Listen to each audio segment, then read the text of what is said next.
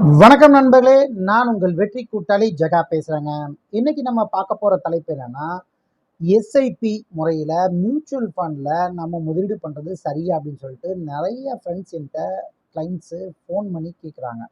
So இவர்களுக்கு பதில் சொல்கிற விதமாக தான் நான் இந்த வீடியோ எடுத்துகிட்ருக்கேன். இந்த வீடியோ முழுமையாக பாருங்கள்.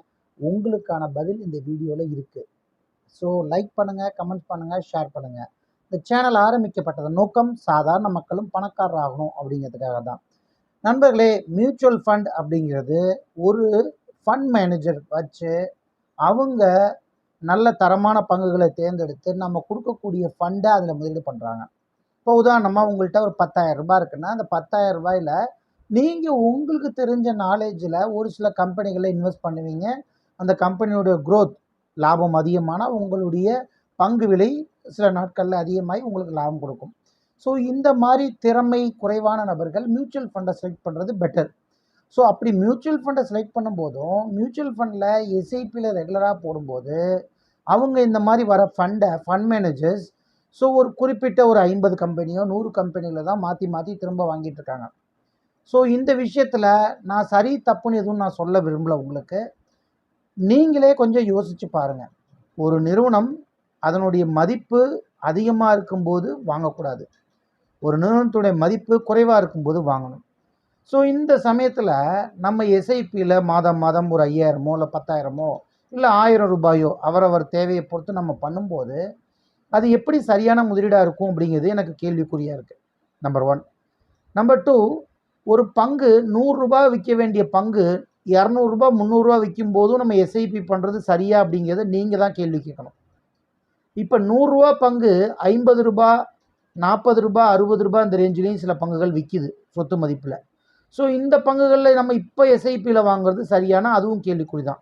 ஸோ இந்த இடத்துல நீங்கள் லம்சம் ஒரு பெரிய தொகையை இன்வெஸ்ட் பண்ணணும் அப்படிங்கிறது தான் என்னுடைய ஒரு கருத்து. ஸோ அப்போ நீங்கள் சிஸ்டமேட்டிக் இன்வெஸ்ட்மெண்ட் பிளானில் நீங்கள் இன்வெஸ்ட் பண்ணாமல் அந்த பணத்தை ஒரு ஆர்டியாவோ அல்லது நீங்கள் ஏதாவது ஒரு ப்ரைவேட்டு டெபாசிட் மாதிரியோ வச்சுக்கிட்டு ஸோ ஒரு வேல்யூவேஷன் நல்லா இருக்கும்போது அந்த பணத்தை அதில் இன்வெஸ்ட் பண்ணுறது தான் பெட்டர் அப்படிங்கிறது என்னுடைய கருத்து. இப்போ நீங்கள் இதில் ஒரு ஃபண்டை நீங்கள் எடுத்து நீங்கள் செக் பண்ணிங்கன்னா தெரியும் அவங்களுடைய போர்ட்ஃபோலியோவில் என்னென்ன மாதிரி ஸ்டாக்ஸ் இருக்குது அப்படிங்கிறத நம்ம செக் பண்ணணும். அவங்க பாஸ்ட் பர்ஃபார்மன்ஸை வச்சு தான் ஃப்யூச்சர் பர்ஃபார்மன்ஸ் இருக்கும் அப்படிங்கிறது கேரண்டி கிடையாது. ஸோ இந்த பணம் நம்மளுடையது. உங்கள் பணம் உங்களே தவிர வேறு யாரும் ரொம்ப அக்கறையாக பார்த்துக்க முடியாது. அப்படி பார்த்துக்கிறாங்கன்னா அவங்களுக்கு நம்ம சரியாக ஃபீஸ் பே பண்ணணும். ஸோ எந்த விதமான ஃபீஸும் அவங்க வாங்கலை, சர்வீஸும் பெட்டராக தருவாங்க அப்படின்னு எதிர்பார்க்குறது எவ்வளவு புத்திசாலித்தனம் அப்படிங்கிறத நீங்கள் தான் கேட்கணும். ஸோ அப்போ எஸ்ஐபி முறையில் நீங்கள் பணத்தை சேர்த்து வச்சு சரியான டைமில் லம்சமாக முதலீடு பண்ணுறது தான் பெட்டர் அப்படிங்கிறது என்னுடைய ஒரு கருத்து. நீங்கள் இது சம்மந்தமாக ஏதாவது விருப்பம் தெரிவிச்சிங்கன்னா கமெண்ட் செக்ஷனில் உங்களை குறிப்பிடுங்க. வேறு ஏதாவது டாபிக் பேசணும் அப்படின்னா அதையும் பேச தயாராக இருக்கேன். நான் உங்கள் வெற்றி கூட்டாளி ஜெகா. ஸோ சாதாரண மக்களும் வெற்றியாளராகணும் பங்குச்சந்தையில் அப்படிங்கிறதா எங்களுடைய நோக்கம். ஸோ இந்த வீடியோ நீங்கள் பார்க்கலாமா ஃப்ரெண்ட்ஸ் அண்ட் ஃபேமிலிக்கு ஷேர் பண்ணுங்கள். தேங்க்யூ.